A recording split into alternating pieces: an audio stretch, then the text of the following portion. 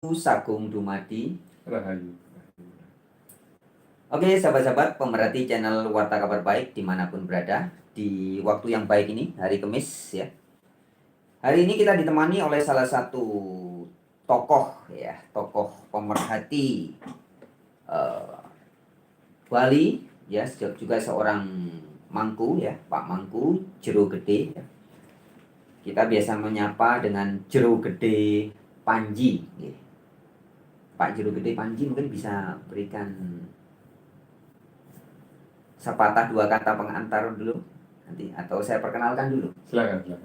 Iya. Sepatah dua kata pengantar dulu atau saya perkenalkan dulu. Silakan.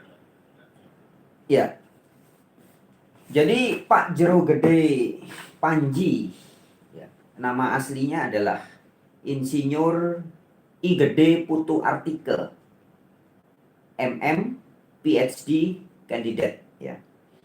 Profesinya sehari-hari, wah ini banyak sekali nih, ditugaskan oleh alam semesta ya, diberikan kelebihan-kelebihan ya. Profesinya sebagai arsitek ya, konon sorry ya Pak Jero Gede Panji ya, ini dikenal sebagai arsitek di Bali yang dibilang arsitek paling mahal di Bali. Ya, ada yang mengatakan begitu. Iya, salah satunya yang merancang tol ya. Ya, merancang tol Bali Mandara ya. Dan rencana tol Mengui Gilimanuk juga. Rencana tol Gilimanuk yang sekarang Gilimanuk juga. Ini arsiteknya teman-teman ya. Pemerakarsa. Pak Jero Gede Panji. Nama aslinya Insinyur Gede Putu Artike MM PhD kandidat ya. Profesinya yang pertama tadi sudah saya sebutkan, arsitek. Kemudian yang kedua sebagai konsultan kebijakan energi terbarukan. Kemudian juga konsultan financial infrastructure ya. Kemudian pengamat kebijakan tata ruang. Ya, nah jadi ini pengamat teman-teman ya. Kemudian pengamat kebijakan financial public juga. Nah, nanti tema kita pada live streaming kali ini kita akan membahas tentang terkait hal-hal publik ini ya. Siap. Makanya kita kasih judul yang mungkin agak provokatif ya. Nggak apa-apa. Kebijakan-kebijakan halu. Iya, bombastis, halu, khususnya di publik Bali ya teman-teman.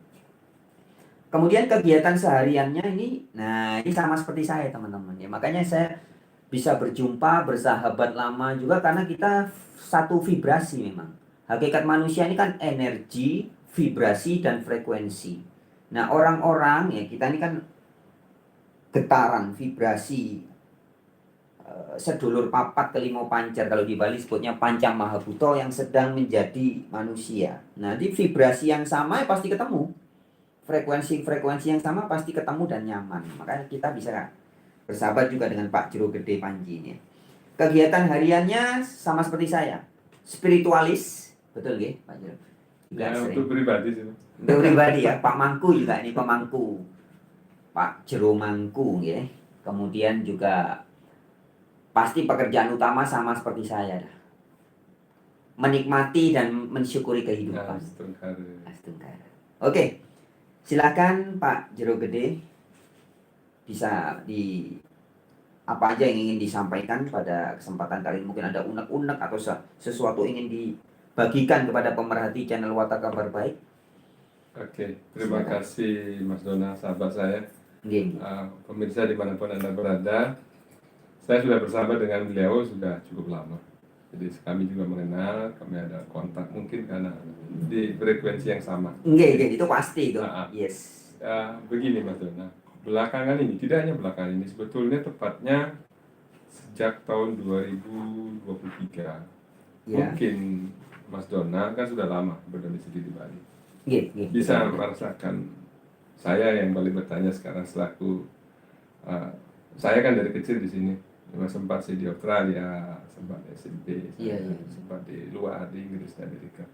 Nah, apa yang Mas Don rasakan belakangan ini? Saya akan balik bertanya selaku supaya nanti saya akan membalasnya hal ini. Iya, kalau masalah di Bali ini banyak sekali ya, ada masalah kemacetan tuh pasti, kemudian sampah ini juga, aduh, masalah sampah ini kan Iya. menjadi salah satu masalah utama ya di Bali. Kemudian ada tata ruang yang semakin semrawut ya. Iya. Kemudian penjajahan ideologi, juga ada Iya. kerusuhan ini yang khususnya oleh oknum-oknum pendatang tertentu Pak gitu. Betul. Oknum tapi banyak. gitu ya. Oknum tapi banyak dan Kemudian- berulang-ulang. Iya, berulang-ulang ya. Iya, iya betul. Kemudian juga politik lokal, masalah terkait pilkada ini juga Iya. bisa jadi perbincangan yang penting sepertinya. Betul, betul. Baik Mas, terima kasih. Jadi saya selaku orang Bali memang mau merasakan ada keprihatinan Oke. dengan hal-hal seperti itu. Yang pertama mungkin kita bahas dulu satu. Saya melihat ya, cara pandang kami mungkin sama pemirsa dengan beliau. Iya. Itu ada persoalan-persoalan yang it look like never ending solving ya. Jadi tidak pernah ada penyelesaian yang Iya. konkret selama 2-3 tahun terakhir ini. Satu yaitu persoalan sampah, Mas. Iya, betul, sampah ya. Jadi sejak 3 gubernur, sudah 3 gubernur ya, dari zaman, mohon maaf saya sebut Pak Mangku Pastike, Nah, ya, Pak. kemudian 2 periode 10 tahun, kemudian Pak Dr. Wayan Koster 5 tahun, Iya. dan ditambah dengan PJ sekarang, PJ Iya, Gubernur Sang Mahendra Jaya. Sejujurnya saya pernah melibatkan diri secara sukarela menangani masalah sampah ini. Tahun 2014. Pada waktu itu saya diminta oleh seorang rekan untuk mendampingi seorang konsultan dari Perancis, namanya Sataret Laflas namanya. Saya tidak tahu apa-apa, pada waktu disuruh menjembatani bahasa. Jadi ada barrier bahasa antara pemerintah daerah pada waktu itu dengan si Laflas ini, si dari Satarem Co ini. Tetapi karena saya mendadak, saya lihat caranya tidak terlalu bagus, makanya mungkin tidak berlanjut. Di satu sisi, tahun 2014 itu saya sudah mendirikan satu yayasan yang namanya IREF. IREF. Jadi Indonesia Renewable Energy Forum. Oh iya. Kalau kita bicara, Mas Donald tahu, kalau kita bicara tentang masalah sampah, itu pasti tidak akan lepas dengan energi terbarukan. Iya, energi terbarukan. Oh iya. Salah satu yang digagas oleh Presiden kita, Pak Joko Widodo, bahkan sudah dengan 2 peraturan, kalau tidak salah yang kedua, itu melalui Perpres percepatan pembangunan pembangkit listrik tenaga sampah nomor 35 tahun 2018 yang sampai hari ini menurut pandangan saya selaku pengamat masalah persampahan itu gagal total. 13 kota termasuk Denpasar itu yang berjalan walaupun terseok-seok hanya di 2 tempat. Di mana itu, Pak? Satu Surabaya, di Benowo, TPA Benowo, kemudian di Solo. Itu yang berjalan ya? Berjalan tapi tidak jelas. Nggak maksimal. Dia tidak maksimal lah. Artinya masih tetap kendala masalah sampah. Memang masalah sampah terus terang adalah tidak semata-mata hanya masalah Bali ataupun Indonesia, dan ini masalah dunia. Pada waktu itu Indonesia tahun 2014 itu Indonesia masih menempati urutan ke-6 di dunia menjadi negara pembuang sampah terbesar, khususnya sampah plastik ke laut. Sekarang Mas Donald, luar biasa. Sekarang sudah menduduki peringkat 2 setelah Chinese. Iya, jadi teman-teman kalau pergi ke Pantai Kute ya, misalkan contoh ya, itu tiap pagi itu sampah itu, jadi pemungut sampah, pasukan yang membersihkan sampah itu selalu banyak. Sampahnya macam-macam, plastik, wah segala sesuatu ya. Itu yang kelihatan. Itu yang kelihatan ya teman-teman ya. Yang tidak kelihatan. Benar. Itu baru di Pantai Kute ya. Iya. Jadi Indonesia ini menurut WWF atau lembaga lingkungan lah, saya tidak tahu namanya, itu kita pembuang sampah sebesar 6,2 juta ton 6,2 juta ton per tahun per tahun ke laut. ke laut. Iya. Dan saya tidak akan membahas lebih jauh tentang dampak bagaimana kalau sampah itu dibuang ke laut ya. Karena sampah itu kan tidak hanya plastik. Iya, betul. Banyak juga seperti logam-logam berat, Iya, limbah limbah. merkuri, Iya. terus kemudian juga limbah-limbah industri yang lain yang notabene itu Iya. bersifat toksik dan sangat karsinogenik, sangat merusak tatanan tatanan iklim kita. Iya. Jadi Mas Donald mungkin tahu bahwa setiap tahun suhu bumi ini khususnya di Indonesia itu naik hampir 1,2 derajat.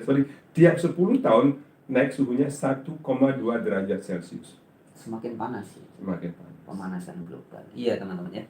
Jadi ini kalau di video-video terdahulu saya sering sampaikan bahwa kalau orang mengenal Tuhan yang asli ya, kalau di dalam Hindu sebutnya Sang Hyang Widi, kalau di dalam agama lain sebutnya Allah atau Allah yang maha meliputi segala sesuatu, yang wiapi wiapake ya. Kalau betul-betul mengenal, tidak mungkin akan buang sampah sembarangan ya, membuat pencemaran sembarangan. Itu nggak mungkin, karena ibadah yang sejati itu kan, kalau kita sadar Tuhan meliputi segala sesuatu, jadi ibadahnya ya ke segala sesuatu. Jadi tidak halu menghayal, wis ndak apa-apa, wis bumi ini hancur, yang penting mati masuk surga. Nah, ini terjadi. Bagaimana bisa masuk surga kalau kita menciptakan neraka di sini? Iya, jadi halu memang itu termasuk perbuatan-perbuatan orang yang halu, sehingga tidak menjaga kehidupan sekarang saat ini ya. Padahal surga yang dimaksudkan ya di bumi sekarang. Iya. Kondisi jiwa mental kita lagi happy, bahagia, itulah surga. Galau, stres, itulah neraka. Ini terkait dengan tema kita, Pak Juru Bicara, terkait sampah ini. Kemudian kebijakan halunya ini gimana? Nah, itu dia. Jadi dari semula Mas ya, TPA Suwung itu difungsikan dulu, sudah dibentuk tim yang namanya Sarbagita. Sarbagita. Jadi melalui Perpres lagi. Melalui Perpres, tidak salah Perpres. Itu singkatan atau apa itu? Sarbagita. Ya, Sarbagita itu singkatan dari Denpasar, Gianyar, Badung, Tabanan. Oh iya. Jadi Sarbagita. Denpasar, Badung, Gianyar, Tabanan. Jadi 4 kota itu itu penyumbang sampah terbesar ya? Iya tentunya. Iya. Denpasar katanya paling besar. Pasti. Ya. Jadi karena kesulitan ini bermula dari keprihatinan warga kita di Bali ini, bahwa pariwisata Bali ini kenapa identik dengan sampah gitu. Orang hanya melihat, warga mungkin hanya perhatian kepada event. Iya. Berbagai event internasional. Saya rasakan sejak tahun 78, saya masih SMA, konferensi OPEC itu bukan di Kuta, di Nusa Dua, karena waktu itu Nusa Dua belum ada, jadi di Pertamina Kotin, jadi ada hotel namanya Pertamina Kotin, kalau tidak salah The Patra namanya sekarang. Patra Jasa. Iya, Patra Jasa di daerah Tuban. Iya. Nah, kemudian berbagai macam event. Tetapi apa yang terjadi saat itu, memang tahun 78 sampah bukan merupakan isu ya, karena memang masih ditangani oleh pemerintah lokal dengan cara dibakar, ditanam dan sebagainya. Tetapi seiring dengan bertambahnya jumlah populasi dunia, maka sampah pasti bertambah.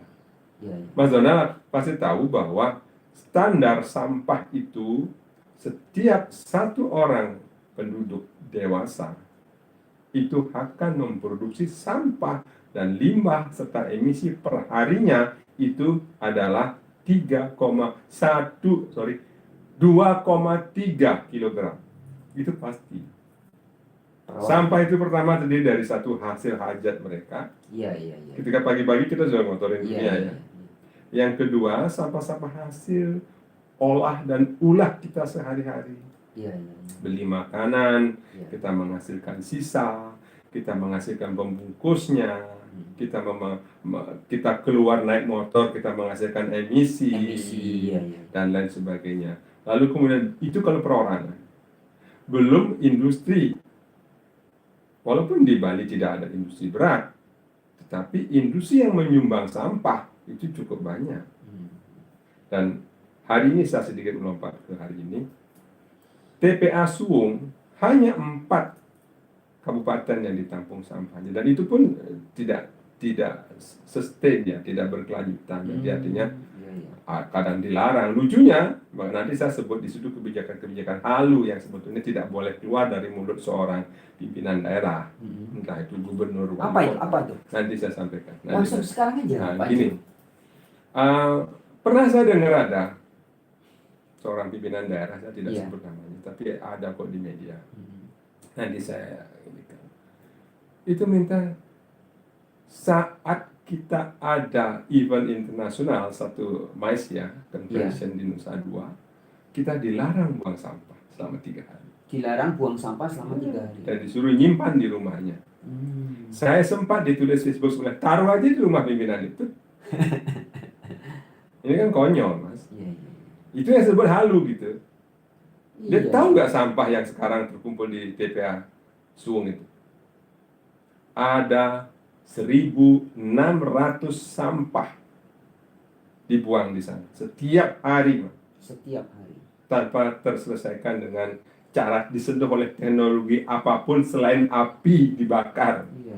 Caranya masih sangat tradisional banget. Ya, kita mungkin kembali ke zaman pemburu pengumpul mungkin cocok, Mas. Jadi nggak sesuai dengan julukan Bali pulau tourism ya, pulau destinasi wisata yang terbaik, pulau tercantik. Tapi di satu sisi kabut hitam tentang sampah, hingga detik ini belum ada satupun kebijakan yang keluar dari para pemimpin kita, baik di tingkat provinsi, di kabupaten maupun di wali kota. Jadi ini yang saya sebut halu gitu. Halu ya. Halusinasi adalah satu, membayangkan sesuatu yang tidak ada, dan juga mentidakadakan sesuatu yang ada. Itu halu, Mas. Sama-sama halu, sama-sama tidak menganggap sesuatu, tidak menganggap suatu objek yang jelas ada. Itu juga halusinasi menurut saya. Dan itu yang lebih parah ketimbang mengada-adakan yang tidak ada. Jadi tidak menyadari potensi-potensi yang ada. Itu termasuk halu. Iya, betul ya. Mas Donald tahu berapa kali kebakaran TPA Suwung itu? Berapa kali? Sejak tahun 2016 lalu, setiap tahun itu terbakar. Kebakaran. Iya. Dan tahun yang paling menyesakkan saya selaku pengamat lingkungan, pemirsa, mungkin kawan saya, salah satu pimpinan, nanti kita ajak di medsos ini juga, bagaimana dongkolnya beliau, seorang kepala klien dinas di dekat wilayah TPA Suwung itu, sampai ngamuk. Saya tidak kenal, saya kenalnya karena beliau ngamuk itu di dalam FGD di provinsi Bali. Beliau mengatakan, pas jam 11 siang, tanggal itu saya masih ingat, 29 November 2019, meledak TPA Suwung. 2019, berarti itu waktu November 2019. Ya, 29 November. Ya? Saya dapat undangan, kebetulan saya diundang oleh salah satu orang yang saya kenal di sana untuk ini. Itu FGD, Forum Group Discussion, yang diadakan secara resmi. Semua orang nawarkan ini, itu. Tapi semua orang hanya berpikir tentang keuntungan perusahaan mereka masing-masing. Intinya bagaimana membersihkan sampah, menyelesaikan persoalan sampah, itu tidak pernah ada. Ini saya sebut kebijakan halu, dan itu sudah berlangsung selama 5 tahun. Nah, ini ngomong-ngomong soal kebijakan halu ya, Pak Julius, saya tiba-tiba, sorry ya, mungkin agak melompat ya. Itu terkait sampah, mungkin ada hubungannya, karena ngelola sampahnya nggak bisa, mungkin di pikirannya banyak sampah, hatinya juga banyak sampah gitu ya. Iya, kayaknya seperti itu. Iya. Kalau hatinya orang bersih, pasti akan bersih melihat segala persoalan. Cara melihat sesuatu. Ini gini. Kalau pikiran kita bersih, hati kan benar pikirannya. Kalau pikiran kita bersih, satu, jangan mengambil keuntungan pribadi semata-mata. Nah, ini lagi. Jadi teman-teman, ini tiba-tiba saya teringat ini tiba-tiba aja ya. Jangan mengambil keuntungan pribadi. Cuan, dikit-dikit cuan, dikit-dikit cuan. Maaf ya Pak Jero, mungkin agak keluar dari tema sampah tadi. Monggo. Ini belakangan ini kebetulan teman-teman lagi heboh ini karena mendapat berita ada salah satu orang salah satu pemimpin lah Putra Bali ini yang kemudian memberikan satu statement katanya saya mau menjadi bemper terdepan pembuatan pesantren di Bali. Nah ini bisa termasuk kebijakan yang sangat halu dan ini pasti mengandung kepentingan pribadi tadi. Iya jelas. Bila sebuah kebijakan diada-adakan, ya, suatu kebijakan, apalagi orang itu memegang tampuk kebijakan ya, jadi dia mempunyai kewenangan. Iya, memang sudah berwenang ya. Mungkin pada kesempatan ini kita tidak nyebut nama ya. Nggak usah. Tidak nyebut nama ya. Tapi teman-teman sudah tahu ya. Saya nggak nyebut nama loh. Saya nggak bilang Pak Giri Prasto, enggak loh ya. Nggak nyebut loh teman-teman ya. Ya, saya nggak nyebut nama ya. Ya begitu. Karena ini sedang ramai nih beberapa hari terakhir nih Pak Jero. Ternyata statementnya itu memang sudah mungkin sekitar bulan Mei Juni lalu ya. Bahwa saya akan menjadi bemper terdepan pembangunan pesantren di Bali. Nah, kita bahas bumper dulu Mas ya. Ya, bumper. Saya pemerhati otomotif. Bumper itu apa sih Mas? Paling depan. Bumper, ya bumper artinya kekuatan untuk sebetulnya bumper itu dipakai untuk menabrak karena itu. Iya, menabrak. Untuk bumper itu lahir istilah itu lahir dari Jerman namanya bumper set namanya. Itu kata Jerman sebenarnya bumper set. Jadi bumper set itu adalah istilah yang lahir pada tahun 1918 ketika Perang Dunia Pertama, di mana tank Jerman, Prusia pada waktu itu tuh menggunakan besi di depan, jadi menggunakan metal di depan besar untuk menabrak tentara musuh-musuhnya.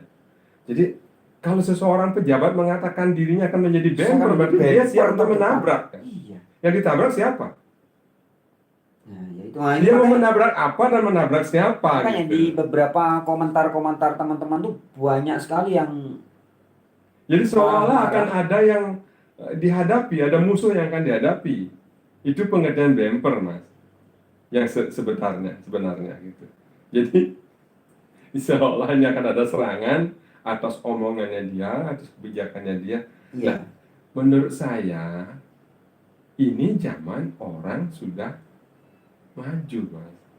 Segala kebijakan, segala policy lah yang akan diterapkan kepada publik itu seharusnya disaring, difilter, dianalisa, dikaji secara matang, baik itu fisik non fisik, baik itu secara spiritualis, baik itu secara materialis, baik itu secara kimia, baik itu secara bahasa dan lain sebagainya. Baru boleh keluar kata-kata itu keluar dari seorang pemimpin.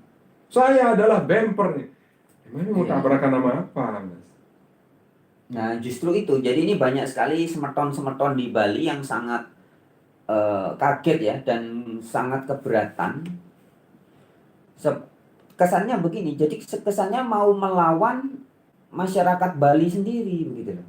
Ya jelas lah, Mas. Ya saya karena saya kebetulan juga saya Pinandita ya.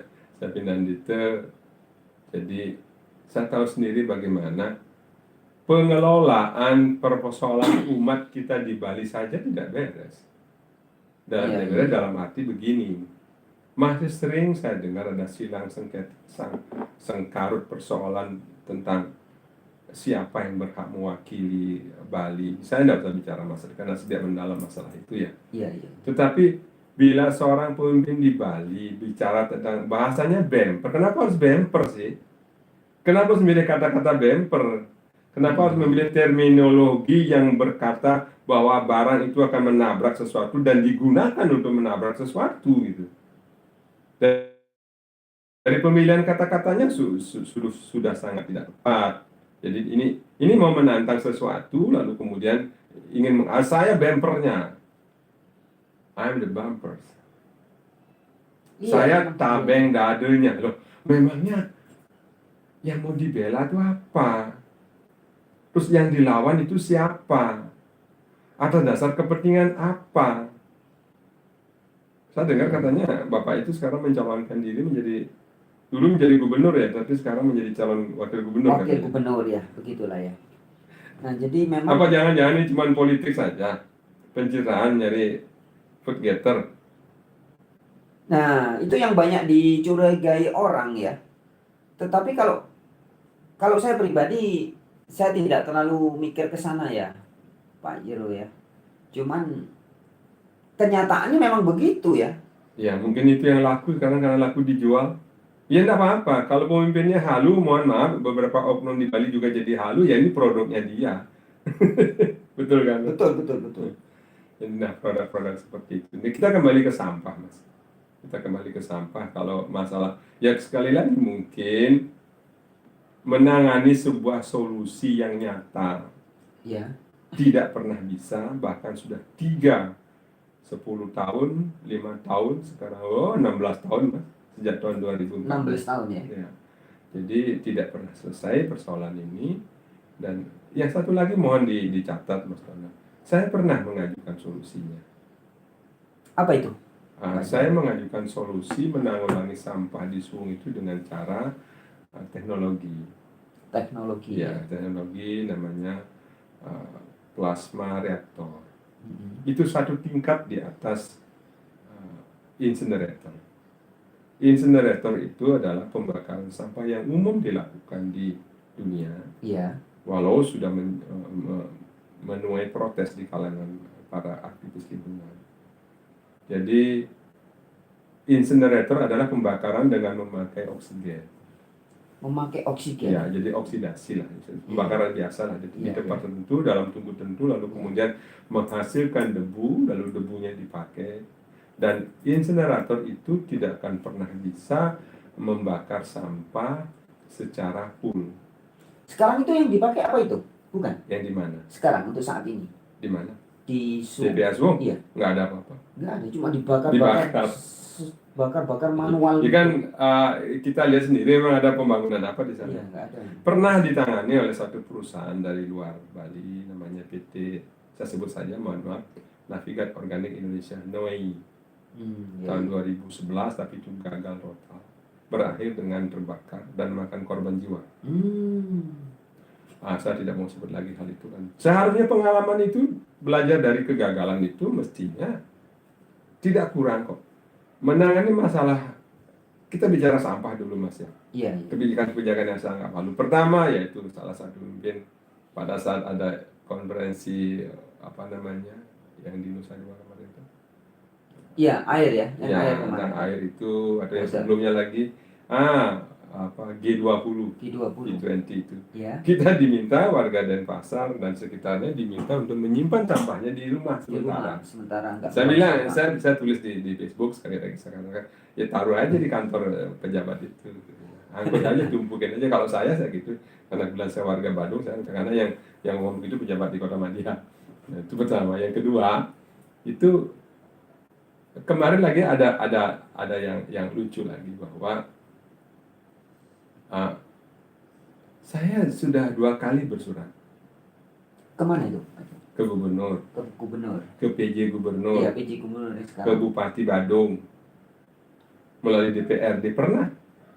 Dan itu ada yang sudah 2 tahun, ada yang sudah 1 tahun, ada yang sudah 7 bulan. Saya nggak perlu menyampaikan surat saya, nanti saya kirim ke pribadi. Itu sampai hari ini tidak pernah saya dipanggil. Diundang, apalagi diberikan kesempatan untuk audiensi. Teknologi saya itu sudah terbukti di 2 kota di luar negeri. Satu di Portland, di Oregon. Di Oregon, ya. Inggris. Oregon di Amerika. Oh, Amerika. Di negara bagian Oregon, Portland, ya, Amerika. Oregon. Yang kedua di Aachen di Jerman. Di Amerika sama di Jerman. Ya. Dan sekarang sedang dibangun di Karachi, di Pakistan. Pakistan akan memiliki sampah dengan teknologi plasma reaktor yang dikerjakan oleh Langenberg Technology dari Amerika Serikat. Itu kira-kira sederhananya gimana sistemnya, Pak? Biar sederhananya sama-sama pembakaran. Pembakaran. Hanya ketika sampah itu dimasukkan satu reaktor tabung, Iya. itu pembakarannya tidak memakai oksigen. Sampah itu istilahnya dipanaskan dengan suhu 6000 derajat. Iya. Memakai plasma yang bersumber dari hidrogen. Hidrogen ya. Sedangkan insinerator terbalik, itu pembakaran dengan melibatkan oksigen, lalu kemudian dibakar dengan bahan bakar BBM yang fosil, Iya. bisa diesel dan lain sebagainya. Outputnya itu berupa satu sisa sampah yang masih tersisa minimal 30% ini untuk insineratornya. Iya, jadi masih ada sisa apa? polusi, Ya? emisinya. Dan emisinya masih karsinogen karena karbonnya Racun ya? Racun. Iya. Nah, kalau kita bicara teknologi yang akan saya pakai di sini dengan memakai plasma itu, outputnya hanya berupa CO2. Jadi hasil pembakaran dia. CO2.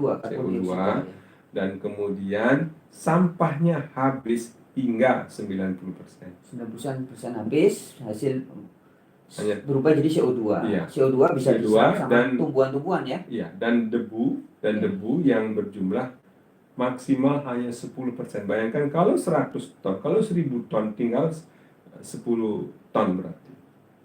Tinggal 10 ton. Dan bahannya itu berupa karbon aktif. Atau karbon aktif dan karbon tidak aktif. Karbon aktif itu sudah tidak bersifat apa-apa. Sudah tidak karsinogen lagi, tidak bersifat toksik lagi. Oh, gitu ya. Tidak karsinogenik. Jadi itu bisa dipakai sebagai satu bahan baku campuran semen, bahan baku campuran aspal. Wah, jadi bagus sekali sebenarnya. Iya. Kalau insinerator sama sekali tidak bisa. Ini kira-kira gimana nih ke depannya, Pak Jero? Ini ide yang sangat bagus ya. Tapi ya supaya itu, Mas, bisa saya sudah 3 kali bersurat kepada yang terhormat Bapak Gubernur, Bapak PJ Gubernur. Saya sudah 2 kali bersurat pada Anda, tapi Anda tidak menanggapi surat saya. Atau mungkin mereka nggak ngerti sama sekali, Pak, tentang teknologi ini. Pikirannya Kata ada yang jelas, mereka dengar, beliau itu mendengar bahwa saya intinya mau jual listrik katanya. Saya bertanya, memang insinerator tidak menghasilkan listrik? Jadi selalu jadi di apa ya? Dan ditanggapi secara negatif ya. Kalau pun hasilnya listrik, kan memang sudah diatur oleh Perpres nomor 35 tahun 2018. Ya, tapi kalau sudah Bali punya listrik sendiri, ini kan ya melibatkan kepentingan banyak nih, Pak. Nah, selama ini listrik di Bali sumbernya dari mana saja? Kebanyakan kan dari energi terbarukan ada nggak?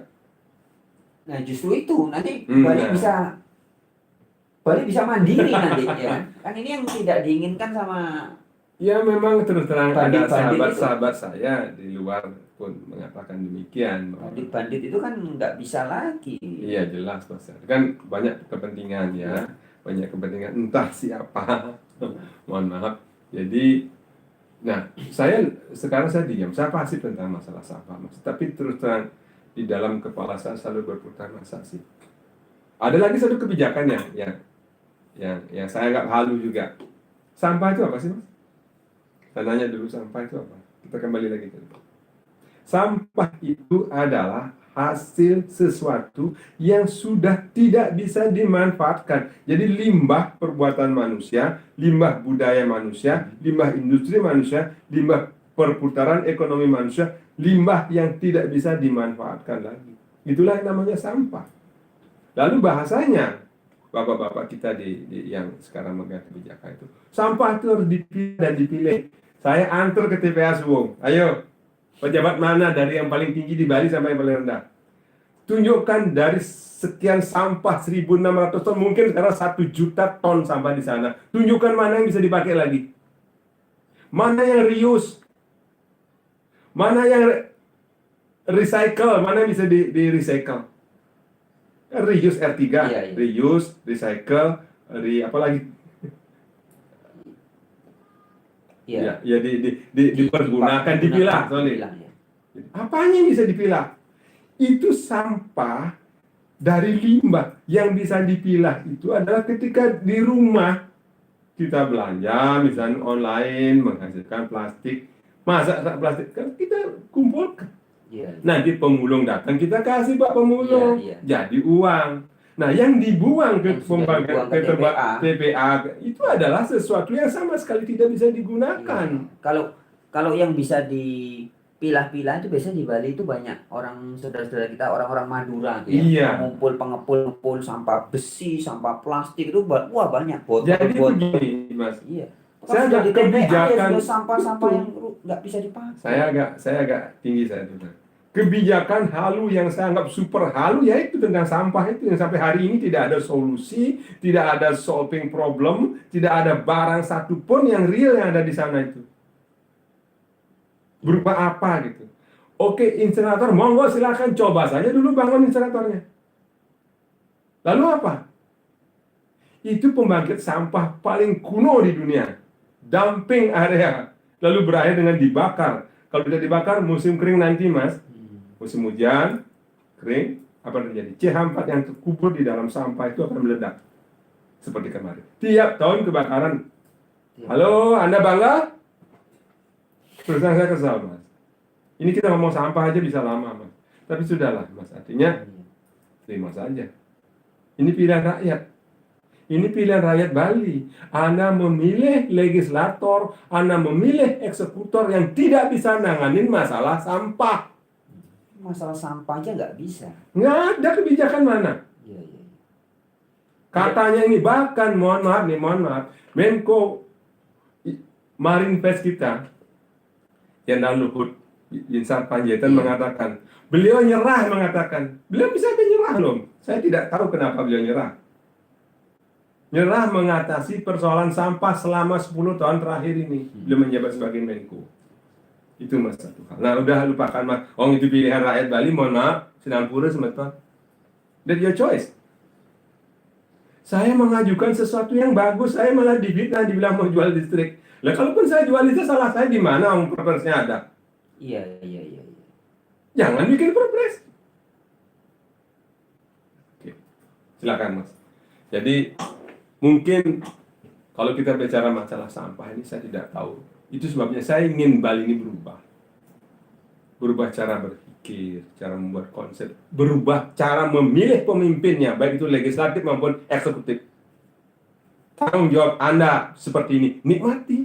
Jadi memang mungkin begini Pak Jiro, harus sering diedukasi ya. Jadi kita perbincangan seperti ini mungkin bagi orang-orang yang awam itu kan nggak ngerti ya. Sebetulnya sampah Mas, jadi gini, budaya Bali memang. Saya ini arsitek Mas, ya. Iya. Saya arsitek, saya tamat tahun 88. Saya cari di perbandaran. Membuang sampah di Bali itu biasanya dilakukan di masing-masing pekarangan yang namanya tebel.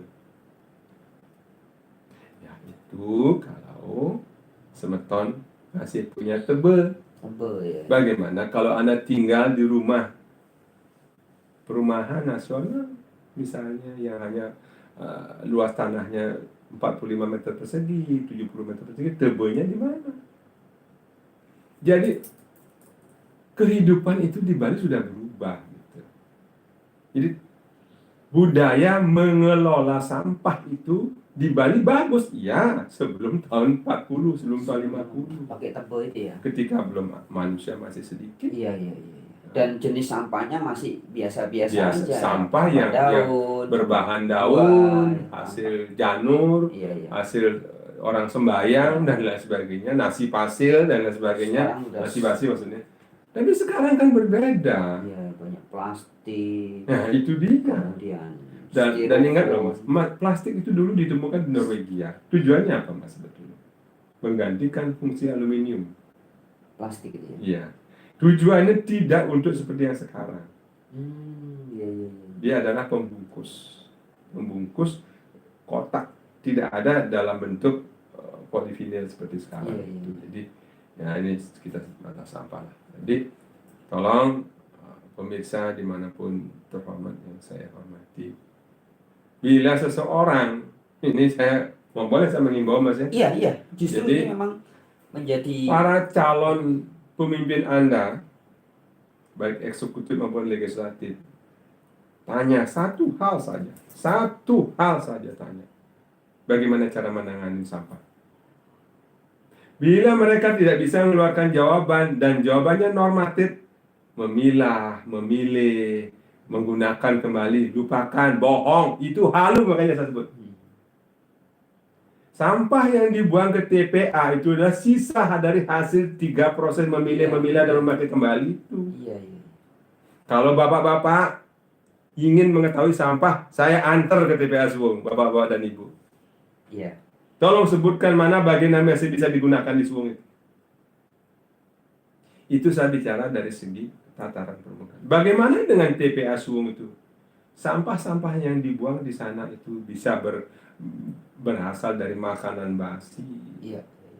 Tidak ngomong plastik ya. Plastik sudah jelas-jelas pasti sangat berbahaya bagi lingkungan. Bagaimana dengan makanan basi? Bagaimana dengan bungkus-bungkus obat? Bagaimana dengan bungkus-bungkus makanan kecil? Bagaimana dengan sisa-sisa misalnya baterai dan lain sebagainya? Apakah itu tidak akan meresap di dalam tanah? Lalu kemudian dekatnya adalah laut. Betul. Ini kebijakan yang sebetulnya tidak sulit-sulit amat, Mas. Kebijakan yang tidak perlu memakai profesor doktor. Asal mau aja. Asal mau sih ya. Bergerak langsung. Nggak usah ngomong tinggi bakal mendapat insenerator sekian puluh waktu baru-baru ini ada. Saya sudah baca dua tamu berkunjung ke pemerintah provinsi Bali ya. Jadi audiensi mereka. Padahal saya sudah 7 bulan surat saya. Halo Pak PJ, tolong surat saya direspon. Jadi semua menawarkan, nggak tahu apa yang ditawarkan. Ada yang ngomong masalah sampah, memang masalah investasi. Ada kerjasama namanya KBUP, kerjasama Badan Usaha dan Pemerintah. Lalu ada yang investasi. Kalau investasi berarti seseorang itu berinvestasi terhadap alatnya, teknologinya, mesinnya, lalu kemudian dia akan mungkin serah guna pakai atau bagaimana BOT dan sebagainya. Kita tidak tahu. Persoalan sampah di Bali ini seharusnya sudah seperti itu. Nggak usah susah-susah lah.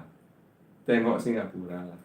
Kebetulan Mas Donald, saya terlibat dulu bukan terlibat secara formal, tapi saya 2 bulan di Tuas, di daerah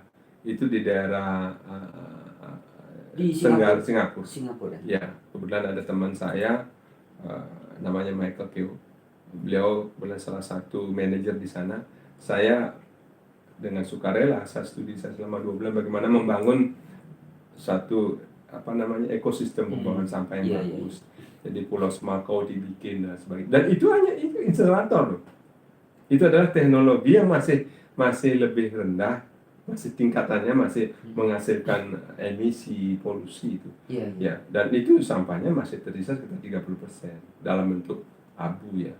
Jadi itu hanya bisa dibuang. Mereka tidak manfaatkan untuk bikin. Itu sekali lagi hasil sampah insenerator dipakai untuk buat paving block. Halu itu nggak mungkin Mas. Karbonnya masih karbon.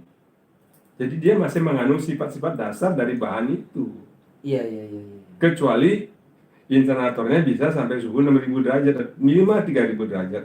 Tidak mungkin. Karena suhu pembakaran dari bahan bakar fosil itu maksimal hanya 1.800 derajat. Jadi kalau ada yang mengatakan bahwa pembakaran dari bahan bakar fosil berupa insenerator bentuknya lalu mengatakan suhunya 3.000, itu bohong dan halu. Sekali lagi Mas. Saya pakai plasma Mas. Semua orang-orang pandai pasti tahu kalau plasma itu suhunya di atas 4.000 derajat. Kan tidak pakai oksigen.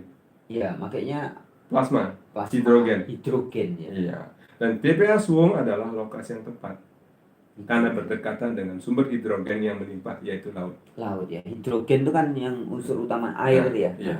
Kembali lagi ke masalah kebijakan lunas sampah. Ada salah satu pemimpin, ini pemimpin yang mau jadi Demper itu. Dia mindahkan sampahnya ke gunung, ke Petang. Warga Petang, terima kasih warga Petang Anda menolak. Saya juga marah sekali. Tidak ada orang buang sampah ke gunung. Gunung itu kepala loh. Kepala tuh medite, mau sembahyang, mau bije, bukan dikasih sampah. Muat apa? Sekali lagi. Ini Jadi halu memang- lagi, Mas. Ini memang parah berarti ya. Ya parah, Mas. Terus terang. Ini baru kita mau ngomong sampah Iya, satu iya, ya. iya. Kita ngomong yang lain kan. Kita lanjutkan ngomong yang lain. Mungkin nanti di pertemuan berikutnya ya Pak. Karena ini sampah ini menarik. Jadi teman-teman saya dengan segala Ada hormat, 10 hal sebetulnya yang ingin saya sampaikan. Bagaimana halunya iya. kebijakan publik di Bali tentang ini. Nanti kita sambung dari yang Iya. berikutnya. Silakan, Mas. Jadi terus terang ya teman-teman, saya sama sekali tidak ada rasa benci karena kenal pun tidak ya dengan yang mencalonkan mau jadi wakil gubernur ini. Tadinya gubernur ya, sekarang menjadi calon gubernur. Ya, Tapi salah sama sekali satunya saya tidak ada terkait dengan pretensi sampah pribadi ya. gitu. Eh, Masa saya tegas mengatakan di channel Warta Kabar Baik dan kepada banyak orang ya Pak, sampah-sampah jahiliyah peradaban dari Timur Tengah yang sudah jelas-jelas merusak peradaban budaya Nusantara. Lu tiba-tiba dia memberikan itu bilang mau jadi bemper terdepan pembangunan pesantren, sedangkan kita tahu bahwa pesantren sebagian tidak semua ya teman-teman, tapi sebagian besar pesantren dari Sabang sampai Merauke khususnya di Jawa, di Pulau Jawa ya. Ini adalah ajaran dari Arabisasi berkedok agama. Ya kita ingat ya pernyataan-pernyataan dari Guru Gembul itu ya. Videonya sudah banyak diulangi sama Guru Gembul.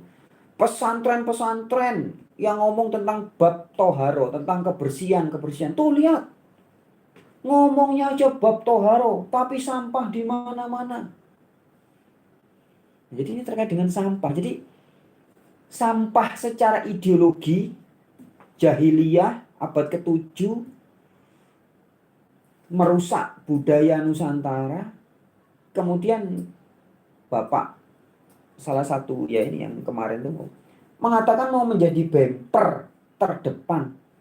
Tadi sudah dijelaskan sama Pak Jero Gede Panji ya. Bemper itu kan seperti kalau ada mobil atau tank, bempernya itu kan untuk menyerang, untuk perang. Nah ini kita patut tanda tanya besar nih teman-teman ya. Ya. Jadi ini ada agenda apa sebenarnya gitu. Makanya. Terus Jadi, kemudian gini Pak Jero ya. Gede Panji, saya coba sampaikan ya. Ini curhatan teman-teman, ada banyak komentarnya yang senada, narasinya agak berbeda, tapi kata-katanya berbeda, tapi intinya sama. Muncul trauma tentang Mojopahit. Jadi, apa Bali mau dijadikan seperti zaman Majapahit dulu ya? Artinya orang-orang di Mojopahit dirusak oleh anaknya rajanya sendiri. Ya Raden Patah ya, dari Demak lah, kita tidak usah basa-basi lagi ya, sampai hancur dan kemudian sebagian lari ke Bali ya. Lah kok sekarang Bali mau didirikan pesantren-pesantren yang jelas-jelas kita sudah tahu track recordnya, apalagi belakangan ini kasus terbongkarnya apa namanya Habib-habib palsu yang ternyata banyak sekali kurofat ya, dongeng-dongeng, ajaran-ajaran yang halu bicara Tuhan, halu bicara surga, halu bicara neraka, halu bicara bicara sampah juga halu. sembarangnya halu. Ya. Dan ini gini, maaf ya teman-teman ya, maaf sekali saya katakan, fakta ya, saya sampaikan ini fakta terkait sampah tadi ya. Justru orang-orang yang dari luar Bali ya, jadi saudara-saudara kita yang dari luar Bali, termasuk saya juga dari luar Bali ya, khususnya dari Jawa, dari Lombok ya, yang beragama itu tadi itu sangat tidak memperhatikan sampah. Bisa dilihat teman-teman, perkampungan-perkampungan Jawa misalnya ya, kampung Jawa yang ada di Denpasar, kampung Jawa di Tabanan, di mana itu mesti bentuknya kumuh, apa ya, dilihat nggak enak, nggak ada estetikanya. Katanya sampah sebagian dari iman. Nah, Kebersihan sebagian dari iman. jadi memang benar-benar katanya Pak, itu yang diprotes sama Guru Gembul. Katanya kebersihan sebagian dari iman. Tetapi ternyata faktanya ngatur ngurusi sampahnya nggak bisa. Berarti itu wajah imannya ya seperti itu. Salah satu Mas yang saya ingin mengatakan bahwa kenapa di Jepang, di Singapura, ya, di negara-negara Balkan itu sampah tidak pernah menjadi persoalan. Kenapa mereka fine-fine saja? Saya pernah tinggal di Eropa, Mas, 1,5 tahun. Saya tidak melihat persoalan itu. Saya di Singapura hampir 2 Kenapa? tahun. Itu intinya apa, Pak Jero? Jadi sejak dini, pemirsa, semeton, hal pertama ketika anak mau masuk sekolah itu adalah bagaimana dia bisa pup sendiri tanpa dibantu. Iya, Yang iya, kedua, dia bisa membuang sampah hasil makanannya apa. Semakin besar, jadi anak-anak di negara-negara yang lain ya, saya tidak mengatakan maju ya. Negara lain. Di negara lain itu mereka dididik dan dilatih, bukan dihimbau. Ini. R3, buang sampah dengan Iya, tulisan-tulisan, buanglah sampah pada tempatnya. Mana? Betul. Sepakat. Jadi gini. Demikian pula masalah iman, Mas. Iya. Mengimani sesuatu, betapa munafiknya kalau masalah sampah saja kita tidak bisa tanggulangi, ngomong iman. Iya. Isinya iman itu kan salah satunya adalah ketika Anda bisa membersihkan diri Anda, tidak hanya otak Anda tetapi juga perilaku kita. Iya, nah perilaku ya. Jadi betul sekali Pak Jero. Terima kasih ya Pak Jero Gede Panji. Jadi gini teman-teman. Ini memang kompleks ya karena kebanyakan halu lah. Kalau dari kecil sudah diajari halu. Buang sampah, tulisannya jagalah kebersihan. Cukup tulisan. Tidak bisa. Jadi termasuk ini anu ya. Ini harus dilatih, Mas. Benar. Contoh gini Pak Jero. Contoh ya teman-teman ya. Dari kecil kita diajari, bukan kita ya, banyak orang diajari untuk memuliakan nama Tuhan. Menyembah nama Tuhan. Itu ibaratnya gini. Saya lapar, kemudian dikasih tulisan, ini roti atau ini nasi, atau haus ya, ada tulisan, ini kopi. Makanlah 4 sehat 5 sempurna. Iya. Emang tulisan bisa dimakan? Nah, tulisan tidak pernah membuat kita kenyang, tidak pernah membuat kita hilang hausnya. Nanti katanya di sorga salah satu agama tertentu kan di sana makanan yang enak disediain cewek pula. Ya kan? Halu aja. Ya, bila negeri ini harus dibesarkan dengan cara-cara seperti itu, inilah hasilnya. Iya, betul. Korupsi tidak pernah berkesudahan. Iya, karena hanya menjadi wacana, Kolusi menjadi konsep. tidak pernah berkesudahan. Urusan sampah tidak pernah berkesudahan. Negeri penghasil energi tapi kita mengimpor energi. Negeri subur dan makmur segala macam. Apapun kita tanam di sini, jagung, padi, ubi dan sebagainya, tapi kita mendatangkan jagung. Baru ada berita 9,8 ribu ton jagung sudah berlabuh di pelabuhan Peti Kemah di Semarang. Halo, negeri dengan penuh kesuburan seperti ini, dengan luas hampir 2 juta kilometer persegi, kita membeli jagung dari negara yang sama sekali tidak kita perhitungkan. Nah, ya inilah karena memang negeri ini mau dipelihara, mau dididik warganya dengan himbauan-himbauan, bukan dengan dengan tulisan. Betul, dengan tulisan, dengan teori. Ya, itu salah satu. Memang mungkin kalau memang ada waktu kita bicara yang kedua, tidak apa-apa. Iya. Kita lanjut yang kedua. Persoalan-persoalan kekinian Bali itu yang sering mengusik saya. Satu, kemacetan. Wah, ya kemacetan. Setelah kita bicara sampah yang tidak berkesudahan, ya. Satu hal lagi yang juga tidak pernah berkesudahan. Dan solusinya sehingga hari ini zero. Belum ada ya. Cuman ada di tataran narasi membuat ini, membuat itu, membuat LRT, membuat MRT, membuat bandara, membuat. Halo, itu membuat itu tidak simsalabim. Nggak bisa dengan mempekelem, nggak bisa dengan membreakdown, tidak bisa dengan upacara adat, nggak bisa. Sekali lagi kita bicara masalah kemacetan. Nah, ini kemacetan itu sumbernya adalah tata ruang yang tidak bijak. Mas Donald pernah mendengar Sketo planning. Pernah dengar ya, Itu sketo planning, pemirsa. atau planning. Sketo planning itu SCETO, itu ada 5 huruf ya. Sketo ya, sketo planning. Social, culture, economical organization, and tourism organization. Organization. Social, culture, economical, tourism organization. Ya. Itu Sketo satu planning.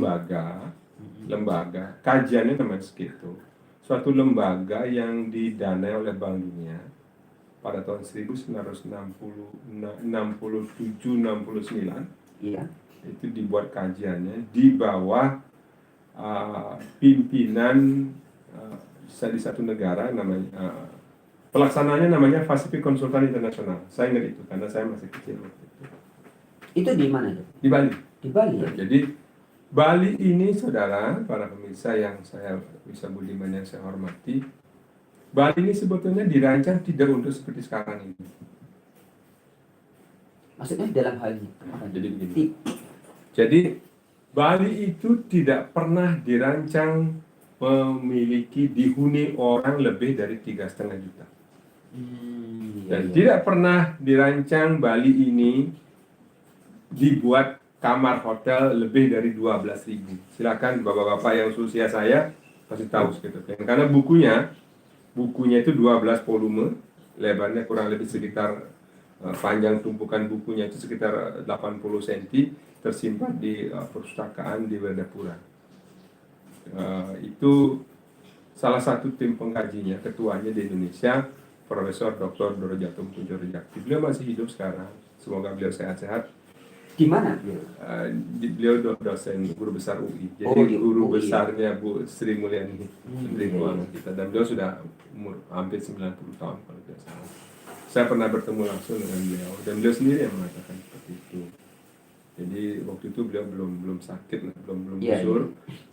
Bali tidak pernah dirancang seperti sekarang. Jadi ini sudah keluar dari rencana. Sudah keluar rel. Saya akan kemukakan sedikit. Kapan Bali keluar rel? Mas Dona tahu itu kapan?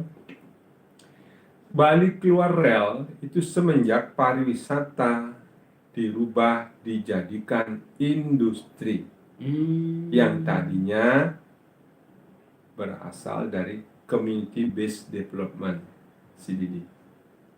Jadi memang kan sekarang orang kenalnya industri pariwisata. Nah, di situ kelirunya. Industri itu pasti menghendaki adanya permodalan atau kapital. Kapital menghendaki adanya investasi. Investasi artinya ada keuntungan, ada break even point, ada return of investment, ada bunga bank, ada bunga dan lain sebagainya.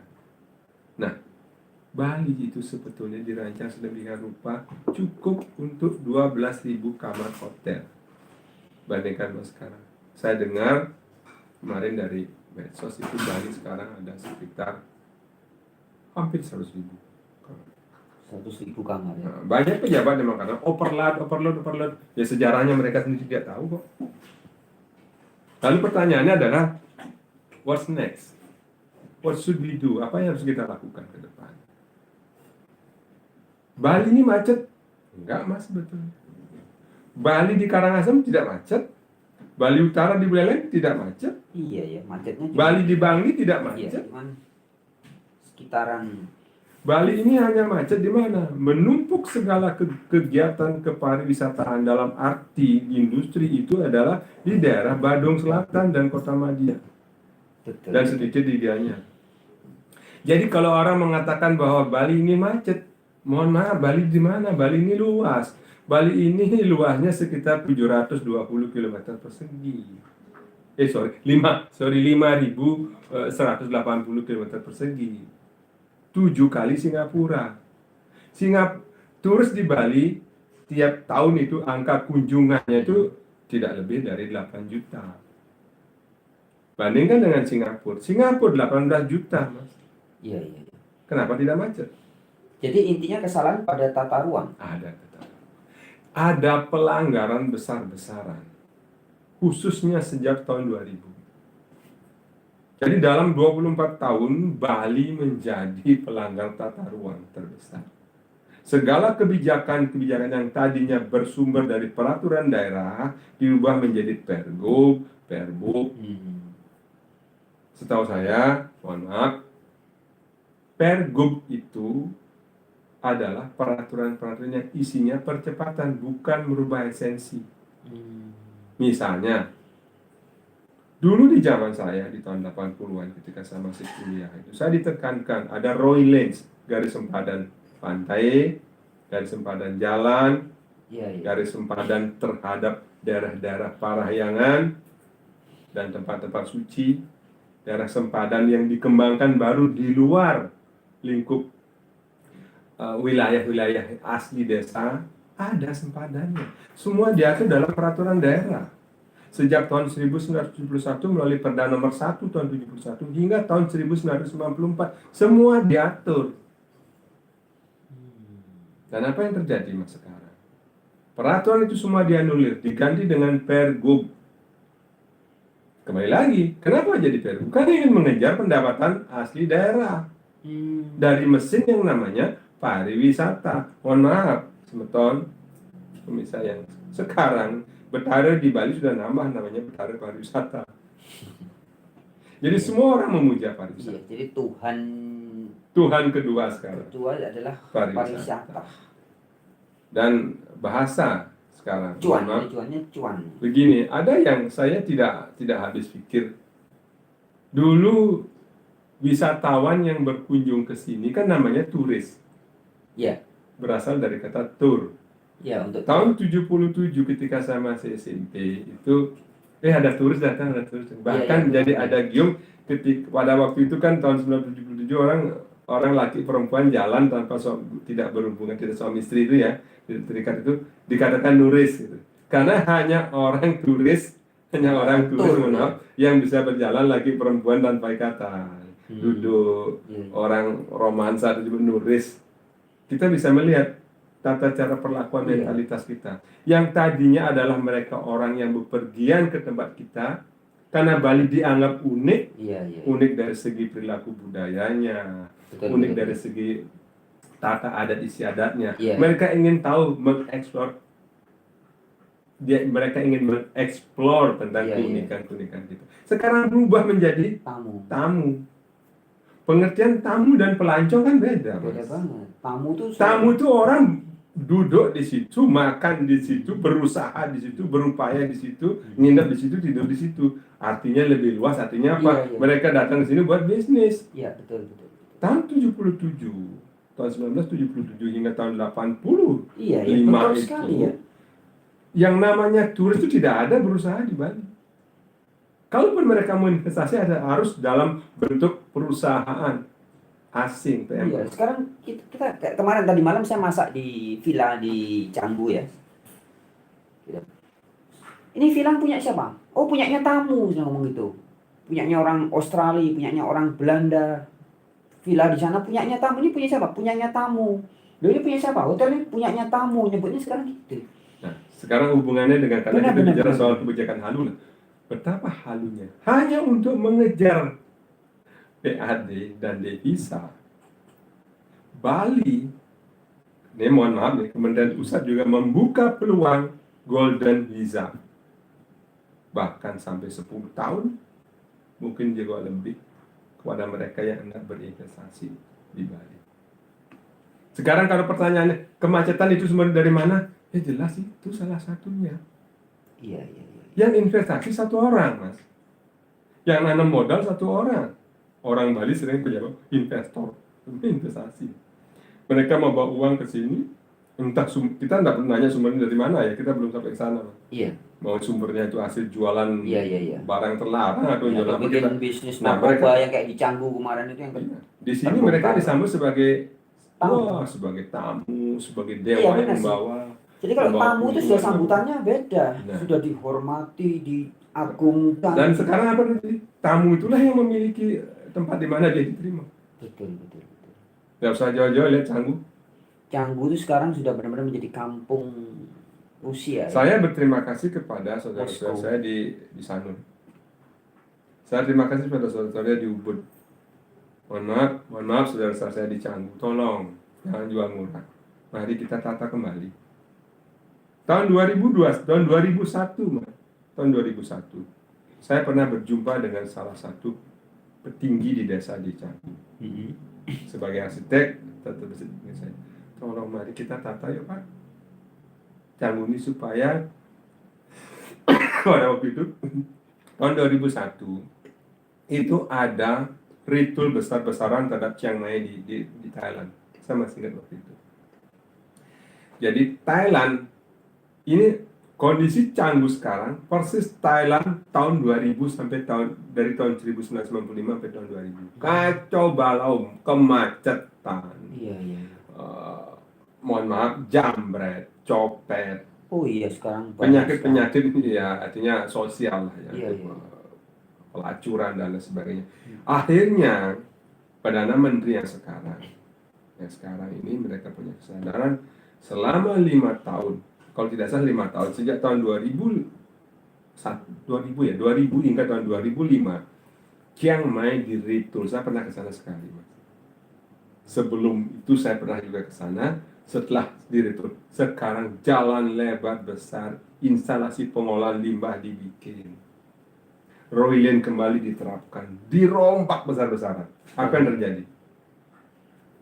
Tourism di Thailand, walaupun itu memang industri ya, karena memang mereka siapkan untuk itu, menjadi pendapatan nomor 2 terbesar setelah properti. Nah, kita bagaimana?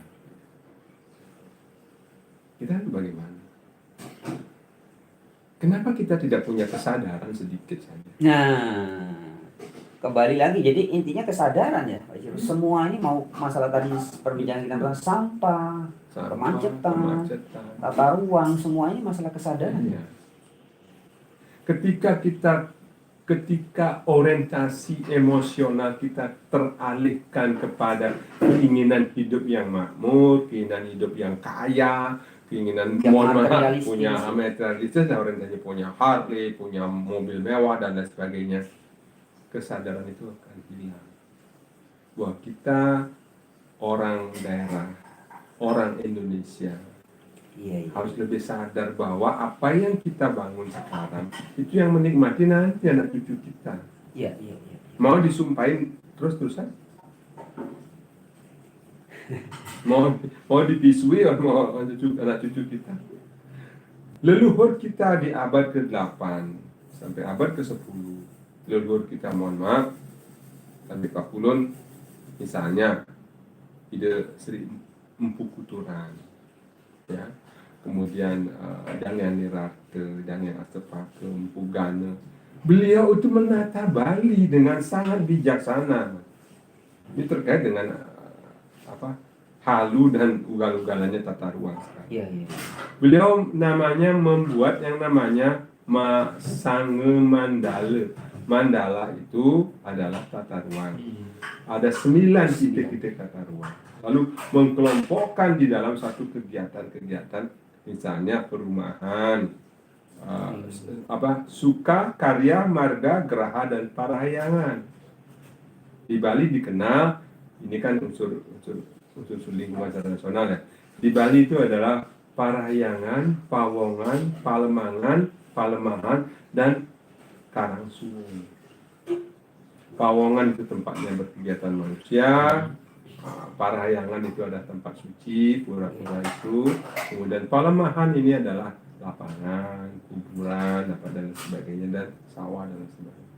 Lalu kemudian hal ini hancur sekarang. 20 tahun kehancuran Bali ini. Selama 20 tahun, mohon maaf sekali lagi pada pengambil kebijakan di Bali, ya, Anda nikmati sumpahnya keturunan Anda nikmati anak cucu Anda. Andalah yang membuat kebijakan-kebijakan ini. Iya. Saya berulang kali menentang Bali ini jangan dieksploitasi, cukup dieksplorasi. Iya, jangan dieksploitasi, tapi dieksplorasi. Eksplorasi kita yang sudah ada, kita eksplor, kita nikmati, kita syukuri. Nikmati. Jangan Tidak. diperkosa, jangan Ya, dieksploitasi. nanti ini nyambung ke cerita ke soal devisa kita. Iya, iya. Dari hasil, mohon maaf, dari hasil pengorbanan kita selama ini 20 tahun, 40 tahun lah. Kepariwisataan Bali sudah berumur 50 tahun, Mas. Ya. Jadi sudah cukup tua. Kita di Bali ini dieksploitasi. Yang tadinya hanya dieksplorasi hingga tahun 80 berubah menjadi eksploitasi. Kami digali, mohon maaf, kami harus ditata yang tadinya bergerak, di mana kami ini orang Bali ini adalah petani, peternak. Jadi kami didomestikasi oleh beras, didomestikasi oleh hewan peliharaan kami. Sangat sederhana, tetapi nilai-nilai ini ditanamkan sejak abad ke-9. Sejak abad ke-9. Jadi era zaman era kalau di Jawa itu Airlangga, Prabu Airlangga. Jadi ayahnya Airlangga yang masalah namanya siapa, jadi Udayana Marmadewa ya, seperti itu.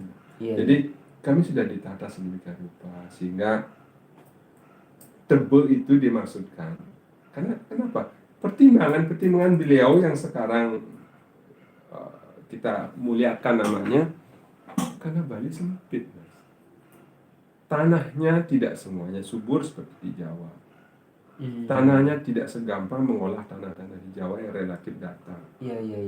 Banyak bergunung, banyak sungai-sungai kering dan berair, berbatu dan lain sebagainya. Nah, kesadaran maha tinggi inilah yang tidak diwakili sekarang oleh pemerintahan, mohon maaf, karena tertuang di dalam kebijakan hanya menjadi isapan jempol semata gitu. Dengan kata-kata Sansekerta, Nangun, Sat, bla bla bla bla, saya nggak mau sebut namanya. Ini dan lain sebagainya. Implementasinya apa? Gitu. Saya dengar 20 tahun terakhir, alih fungsi lahan tanah subur di Bali itu lebih dari 250.000 hektar. Itu prestasi yang luar biasa jeleknya. Parah sekali. Mohon maaf. Halo bapak-bapak para pembuat kebijakan, Bali ini kecil. Yang perlu Anda lakukan adalah supaya saya tidak dikatakan cuma bisa ngeritik ya. Mari intensifikasi.